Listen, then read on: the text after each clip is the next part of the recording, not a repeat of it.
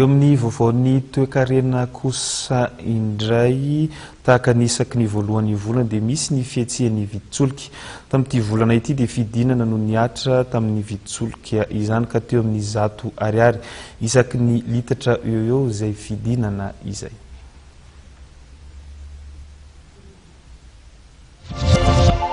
Nanomboka tamin'ny sasakalina teo no nihatra izany fidinan'ny solika.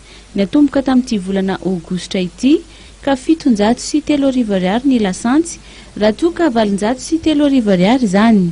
Ny gazoal kosa dia nidina ho 303 ariary raha toa ka 303 ariary izany. Fampiarana ny vidin-javatra maro toerana no antony izao fampidinana izao raha ny fantatra ary samba nisy ny vidinana raha toa ka fiakarana trano no nihatra 3 volana ny sesy izay. Hatreto dia nilaza ireo nampiasa fiarakaretsaka fa tsy hisy fiantraikany amin'ny saran'ny fitaterana izany.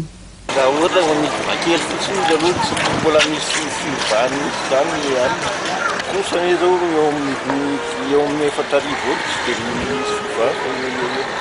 Mahaverim-bolo ny mpanjifa ity fidinana ity fa kosa dia mampimenomenona andreo mpandraharaha izay mbola hivarotra ny tahirintsolika.